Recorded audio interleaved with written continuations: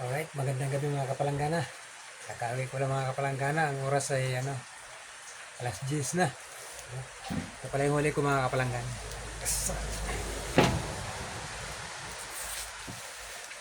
Sali na sa may hiwagang palanggana.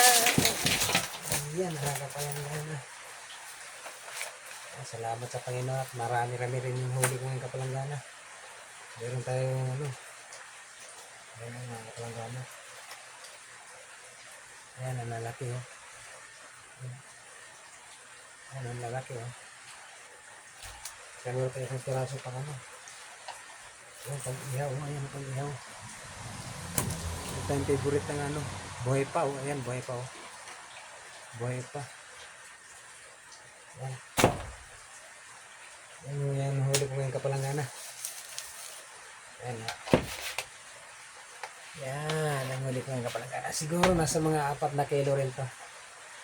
So yan lang mga kapalanggana. Maraming salamat.